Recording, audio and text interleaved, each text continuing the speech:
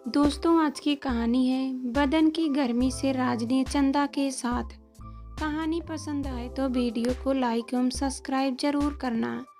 वह उठा और चंदा को मारने की गरज से उसने हाथ उठाया ही था कि तभी कमरे में एक बूढ़ी औरत आई।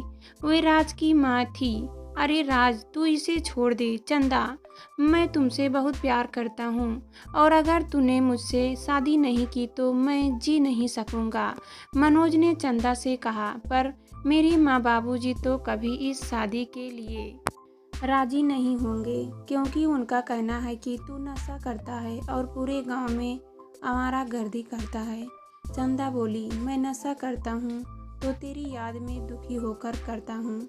अगर आवारागर्दी करता हूँ तो तेरी याद में पागल बनकर तू मुझे कहीं मिली तो मैं तो दुनिया ही छोड़ जाऊँगा। मनोज ने आंखों में आंसू लाने का नाटक करते हुए कहा। कुछ इसी तरह की मीठी मीठी बातें करके मनोज ने चंदा को अपनी बातों में फंसा लिया था और उसे इस बात का भरोसा दिलाया दिया कि दोनों भागकर शादी कर लेंगे और जब माँ बाबूजी का गुस्सा शांत हो जाएगा तो वापस घर आकर माफ़ी मांग लेंगे। चंदा भी मनोज की बातों में आ गई और एक रात उन दोनों ने गांव से भाग जाने का फैसला किया। यह कौन सा शहर था चंदा को नहीं मालूम था। वह तो बस मनोज पर यकीन करके ही उसके हाथ चली आई थी। चंदा को लेकर मनोज एक बड़े सी मकान में पहुंचा। उस कमरे में ज़रूरत की सारी चीज़ें पहले से ही मौजूद थी। मनोज ने चंदा को बताया कि उन दोनों को आज ही मंदिर में शादी करनी होगी और इसके लिए उसे बाजार जाकर जरूरी सामान लाना होगा। मनोज के बाहर जाने के बाद चंदा वहीं पड़े एक बिस्तर पर लेट गई और उसकी आंख लग गई। जब थोड़ी देर बाद चंदा की आंख खुली तो वह कमरे में मनोज कहीं नहीं दिखाई दिया। कोने में एक आदमी बैठा हुआ था जो उसे खा जाने वाली नज़रों से घूर रहा था। एक अजनबी को इस तरह से घूरता हुआ देखकर चंदा घबरा उठी। कौन हो तुम? मनोज कहाँ है? कहते हुए चंदा हकला रही थी। मेरा नाम राज है। उसने कुछ बताया नहीं। तुझे क्या? चालबाजी से मुस्कुराते हुए राज ने पूछा। मुझे मेरे पति के पास जाना है। चंदा की घबराहट अब बढ़ने लगी थी। अब उसे भूल जा। वह जो तुझे मेरे हाथों बेच गया है और बदले में 2 लाख रुपए लेकर गया है, राज ने कहा। राज की बातें सुनकर चंदा चीखने लगी। मेरा मनोज कहाँ है? मुझे वहीं पहुंचा दो। राज इलाके का एक सरूख वाला आदमी था। चंदा का चीखना और रोना सुनकर उसको गुस्सा आ रहा था। वह उठा और चंदा को मारने की गरज से उसने हाथ उठाया ही था कि तभी कमरे में एक बूढ़ी औरत आई। वह राज की माँ थी। अरे राज, तू इसे छोड़ दे, मैं समझाती हूँ इसे। देख लड़की, अब मेरा बेटा राज ही तेरा पति है और जिसे तू अपना पति कह रही थी ना, वह आदमी ही तुझे यहाँ आकर बेच गया है। बूढ़ी की बात सुनकर चंदा को भरोसा नहीं हो रहा था। वह सहम रही थी। अब डरने से काम नहीं चलेगा। लड़की जैसा मैं कहती हूँ वैसा करती चल। रानी बनकर राज करेगी यहाँ पर। थोड़ा रुककर फिर उस बूढ़ी माँ ने बोलना शुरू किया। देख, सच्चाई यह है कि मेरी बहू बच्चा पैदा नहीं कर पा रही थी। वह दुष्ट हमारे घर को जायदाद का वारिस नहीं दे पाई है। इसलिए हमें एक ऐसी लड़की की ज़रूरत थी जो हमारे ठाकुर खानदान को वारिस दे सके।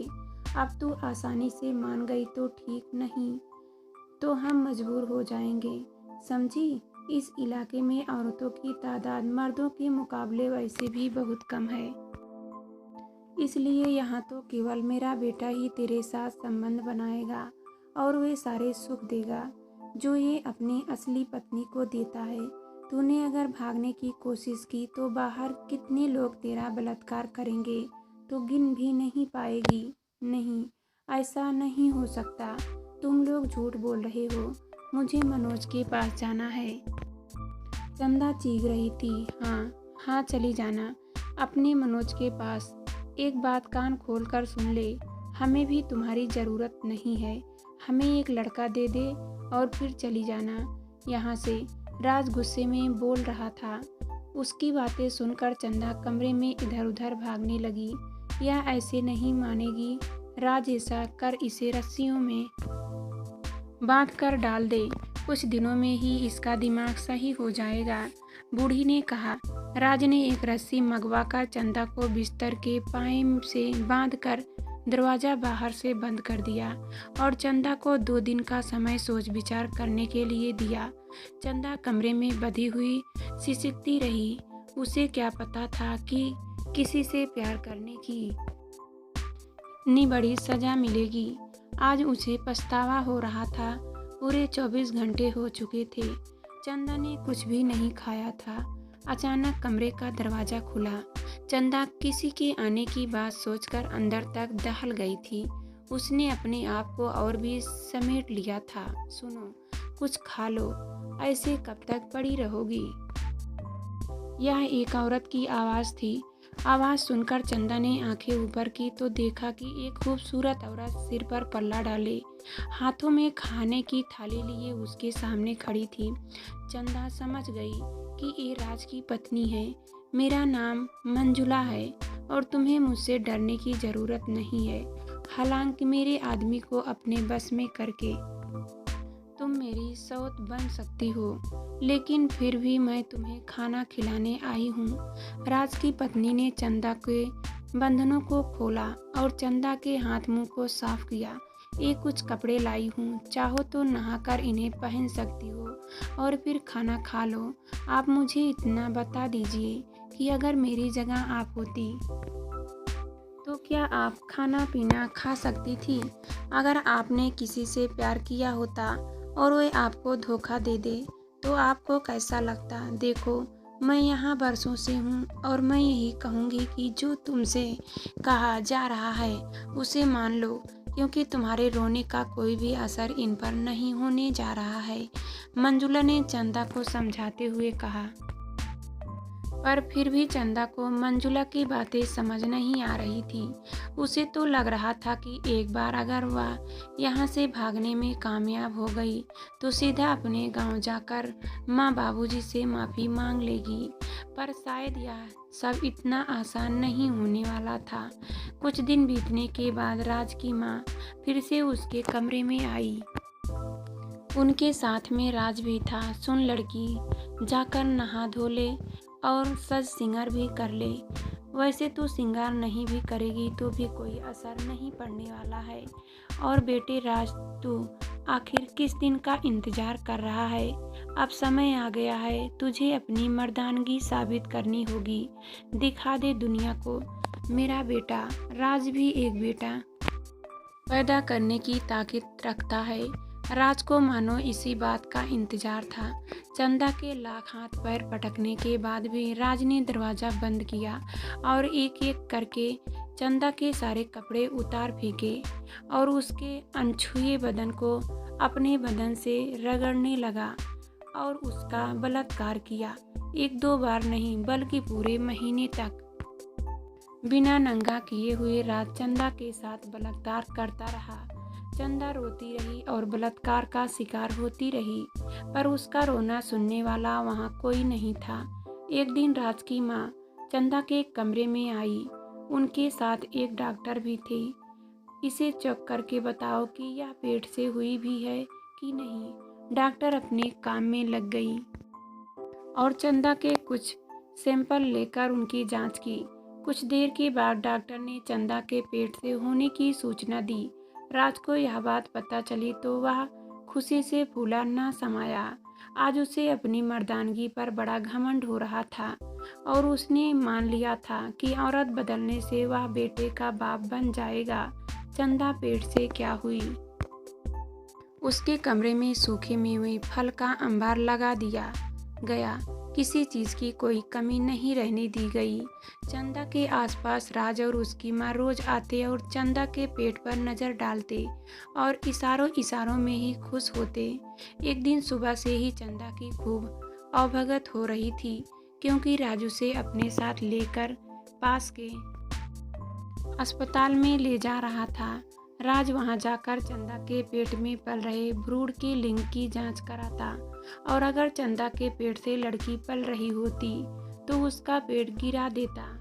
अपनी कार में चंदा को लेकर बहुत खुशी के साथ वहां अस्पताल पहुंचा, पर उसकी खुशी तब कपूर हो गई जब उसे पता चला कि चंदा के पेट में लड़की पल रही है। मेरे तो सारे पैसे बर्बाद हो गए। माँ, इस औरत के पेट में लड़की पल रही है। लगता है मेरी किस्मत में ही एक बेटे का सुख नहीं है। रोने लगा था राज। अरे, तू चिंता क्यों करता है? इस बार पेट में लड़की आ गई तो क्या, तू फिर से कोशिश कर। थोड़ा और बादाम खिला और मुझे पोते का मुंह दिखा दे। अभी भी रास्ता बंद नहीं हुआ है। इसे अस्पताल ले जाकर बच्चा गिरवा दे। राज की बीवी मंजुला ने माँ बेटे में होने वाली बातें चुपके से सुन ली थी।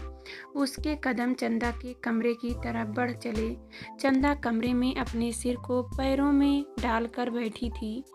उसकी सूनी आंखों में जीवन खत्म होता हुआ सा दिख रहा था।